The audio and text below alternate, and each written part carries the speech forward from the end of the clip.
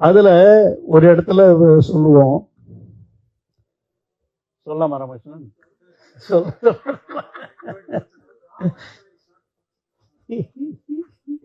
அதுல சொல்லுவோம், ஒருத்தன் தப்பா நினைச்சுக்காதீங்க மகளிர், ஒரு விலை மாதவியின் வீட்டுக்கு ஒருத்தன் போறான். போகும்போது அங்க அந்த அம்மா கேக்குது, நீ பார்த்து நீங்க சைவமா வைணவமா அப்படின்னு கேக்குது. அவனுக்கு ஒன்றும் புரியல. அவன் பணம் எவ்வளோ 5 கொடு 10 கொடுன்னு கேட்டான்னா ரைட்டு. என்னடா இங்க வந்திருக்கிறோம் நாம ஒரு விலை மாத வீட்டுக்கு, நம்மளை சைவமா வைணவமான்னு கேட்குறாங்க அப்படின்னு கேட்டான். அந்த அம்மா சொல்லிச்சான், இன்னும் ஒன்றும் புரியலையே அப்படின்ட்டான். ஒன்றும் இல்லை, சைவம்னா இப்படி வைணவம்னா இப்படின்னுச்சான். ஒன்றும் புரியல. சைவம்னா இப்படி வைணவம்னா இப்படி, ஒன்றும் புரியல. என்னவா சொல்ற, இதுன்னா அது தீபம் இது தானே, அதுல என்ன இருக்கு அப்படின்னா, இல்ல சைவம்னா படுத்துக்கிறது, வைணவம்னா நின்னுங்கிறது. நின்னுங்கனா 5 படுத்தா. தமிழகத்தினுடைய மூத்த அமைச்சர் என்று சொல்லப்படக்கூடிய ஒரு குற்றவாளி என்று தீர்ப்பளிக்கப்பட்டு இப்பொழுது நிலுவையில் இருக்கக்கூடிய ஒரு அமைச்சர், மூத்த அமைச்சர், இந்த தமிழகத்தினுடைய உயர்கல்வித்துறை அமைச்சராக பதவி வகித்த பொன்முடி என்கின்ற ஒரு மோசமான ஒரு நபர்.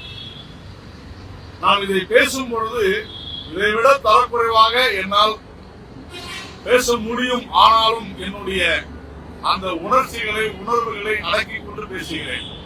நாகரீகம் வேண்டும் என்பதற்காக இப்படிப்பட்ட ஒரு கேவலமான, அற்பமான, தரம் தாழ்ந்த ஒரு நபரை இன்னும் அமைச்சராக தமிழகத்திலே வைத்திருப்பது என்பது வெட்கக்கேடான ஒரு நிலை.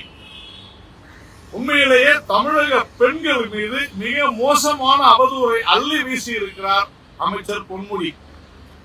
இன்னும் அவர் நீடிக்க வேண்டுமா? காம சுவை குறித்து ஒரு கூட்டத்திலே பேசும் பொழுது செய்வமா வைணவமா என்று கேட்டு, செய்வம் என்றால் படுத்துக்கொண்டு செய்வது, வைணவம் என்றால் நின்று கொண்டு என்றெல்லாம் மிக கேவலமாக ஒரு விலை மாதவின் வீட்டுக்கு ஒருவன் சென்றிருந்தான் என்று சொல்லி இதையெல்லாம் பேசியிருக்கிறார். நான் கேட்கிறேன், திமுகவிலே இருக்கக்கூடிய பெண்கள், குறிப்பாக திருமதி கனிமொழி அவர்களே, பெண்ணையும் பேசுகிறீர்களே, அமைச்சர் பொன்முடி குறித்து நீங்கள் விமர்சனம் செய்வீர்களா? தமிழகத்தில் இதைவிட மோசமாக யாராலும் பேச முடியுமா? தமிழக மக்களை, மனித குலத்தை, பெண் குலத்தை கேவலமாக பேசக்கூடிய இந்த நபர் இன்னும் அமைச்சர்களை நீடித்திருப்பது வெட்கக்கேடு, வேதனை, சாபக்கேடு. எல்லோருக்கும் எல்லாம் என்று சொல்லக்கூடிய முதலமைச்சர் மு.க. ஸ்டாலின் அவர்களே, இனிமேலும் அந்த அமைச்சரை நீங்கள் இந்த பதவியிலே நீட்டி வைத்திருக்க வேண்டுமா என்று நீங்களே உங்களை கேட்டுக்கொள்ளுங்கள். பொன்முடி அவர்களுடைய குடும்பத்திலே இருப்பவர்களுக்கு இது ஏற்புடையதாக இருக்கிறதா? அவருடைய குடும்பத்திலே பெண்கள் இல்லையா? இதைவிட அருவருப்பாக ஒரு மனிதனால் பேச முடியும் என்றால் அந்த மனிதனுடைய ரத்தத்தில ஒவ்வொரு அணுக்களிலுமே இந்த ஆபாசம், கேவலம், அருவருப்பு இருக்கிறது என்றுதான் பொருள். இப்படிப்பட்ட ஒரு கேவலமான ஒரு மனிதன் தமிழகத்தினுடைய அமைச்சராக இருப்பது சாபக்கேடு, வெட்கக்கேடு. இப்படியே இருந்தால் திராவிட மாடல் சீரழியும்.